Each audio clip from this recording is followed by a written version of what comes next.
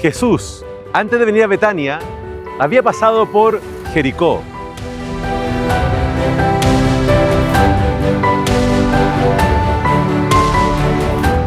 Pero ahora acompáñanos para visitar Betania y ver qué fue exactamente lo que pasó allí.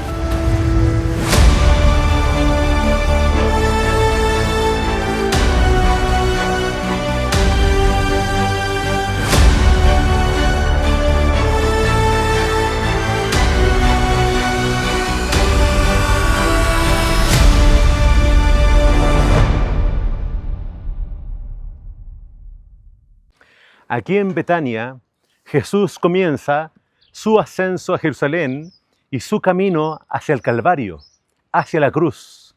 Se vendrían momentos muy difíciles, grandes pruebas en Jerusalén, momentos de suma oscuridad, pero aquí en Betania Él recibió el aliento y la fuerza para poder seguir hasta el final. Betania está del otro lado de Jerusalén, del otro lado del Monte de los Olivos. Entonces, acá pasa una carretera que va hacia Jerusalén y que desciende hacia Jericó. Jesús, antes de venir a Betania, había pasado por Jericó. Ahí fue donde sanó a Bartimeo. Ahora, esta bajada a Jericó es una bajada muy pronunciada.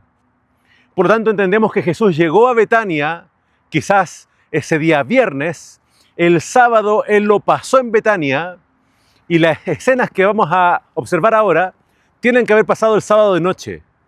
El sábado de noche, Simón hace una fiesta en honor a Jesús.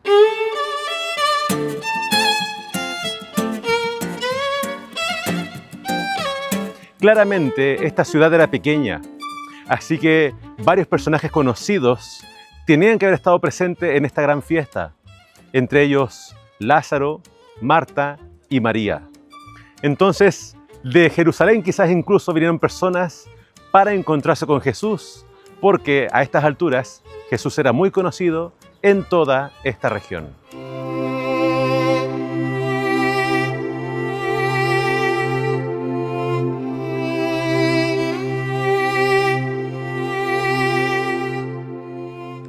Algo interesante que encontramos acá en Betania son estos elementos que nos señalan de que la familia que vivía acá claramente se dedicaba a lo que era el colectar aceitunas para poder después prensarlas y entonces obtener el tan preciado aceite de oliva. Así que la familia que estaba acá, que algunos creen que era la familia de Lázaro, tiene que haber sido una familia con grandes recursos económicos, una familia pudiente, que claramente cuando venía Jesús se deleitaban en atenderlo a Él y a todos sus discípulos. Dice el Evangelio de Juan en capítulo 12 lo siguiente: 6 días antes de la Pascua fue Jesús a Betania, donde estaba Lázaro, el que había estado muerto y a quien había resucitado de los muertos, y le hicieron allí una cena. Marta servía y Lázaro era uno de los que estaban sentados a la mesa con él. Entonces María tomó una libra de perfume de nardo puro, de mucho precio, y ungió los pies de Jesús y los secó con sus cabellos, y la casa se llenó del olor del perfume. Dijo uno de los discípulos, Judas Iscariote, hijo de Simón, el que lo había de entregar: ¿por qué no se vendió este perfume por 300 denarios y se le dio a los pobres?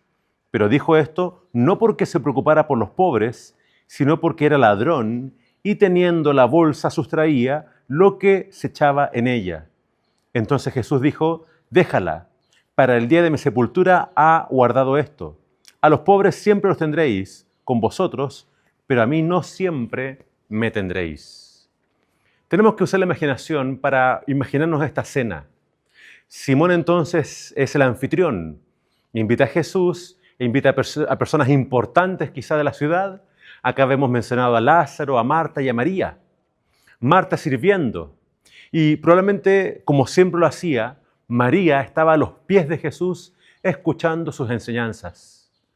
Y algo movió a María a entonces ir por un perfume que ella tenía guardado, un perfume de 300 denarios. Dice que ese perfume entonces ella lo abre y unge a Jesús. En otros evangelios dice que también le unge la cabeza. Acá Juan menciona que le unge los pies. Los otros evangelios también dicen que ella se pone a llorar profusamente y que también no solamente secaba los pies de Jesús, sino que también besaba los pies de Jesús. Esta escena claramente provocó la indignación de varios de los presentes. El primero acá en reprochar este evento fue Judas Iscariote. Pero en los otros evangelios no se dice quién fue, sino que al parecer todos los discípulos se contaminaron con esta crítica. ¿Por qué no se dio esto para los pobres? Pero acá dice Juan que a Judas no le interesaban los pobres, sino que él era ladrón y tomaba siempre de lo que caía en la bolsa, porque él era el tesorero. Entonces miren, él comienza quizás esta crítica, este rumor, pero todos los discípulos se contagian con esta crítica. Y acá un paréntesis. Qué increíble es cómo funciona entonces esto de la crítica. Quizás uno lo piensa, pero empieza a esparcir el rumor y entonces ahora se siembra la semilla de descontento en todos los presentes. Pero Jesús sale a defensa de María, porque Jesús dice, a los pobres siempre los van a tener, a mí no siempre me van a tener. Y ella ha hecho esto para ungir mi cuerpo para la sepultura. ¿Qué estaba pasando por la mente de María? María hace esto solamente por gratitud, porque Jesús la había perdonado, porque Jesús había sanado a Lázaro y porque ella simplemente veía en Jesús quizás al futuro rey de Israel. Ella pensó que con esto iba a darle a Jesús un gran honor. Pero Jesús dice que ella, sin saberlo, había estado ungiendo su cuerpo para la sepultura. El otro personaje en esta historia era Simón, que al parecer no había dicho ninguna palabra, pero Jesús había leído sus pensamientos. Él entonces también estaba en contra de lo que estaba pasando. Y Jesús entonces se dirige a él con esta pregunta registrada en Lucas capítulo 7. Simón, una cosa tengo que decirte. Y él dijo, di maestro. Un acreedor tenía 2 deudores, uno le debía 500 denarios y el otro 50. No teniendo ellos con qué pagar, perdonó a ambos. Di, pues, ¿cuál de ellos lo amará más? Respondiendo Simón dijo, pienso que aquel a quien perdonó más. Él le dijo, rectamente has juzgado. Entonces mirando a la mujer dijo a Simón, ¿ves esta mujer? Entré en tu casa y no me diste agua para mis pies, pero ella ha regado mis pies con lágrimas y los ha secado con sus cabellos. No me diste beso, pero ella, desde que entré, no ha cesado de besar mis pies. No ungiste mi cabeza con aceite, pero ella ha ungido con perfume mis pies. Por lo cual te digo que sus muchos pecados le son perdonados, porque amó mucho. Pero aquel a quien se le perdona poco, poco ama. Y a ella le dijo, tus pecados te son perdonados. Simón había despreciado a Jesús por considerar que Jesús, si fuera un profeta, sabría qué clase de mujer lo estaba tocando.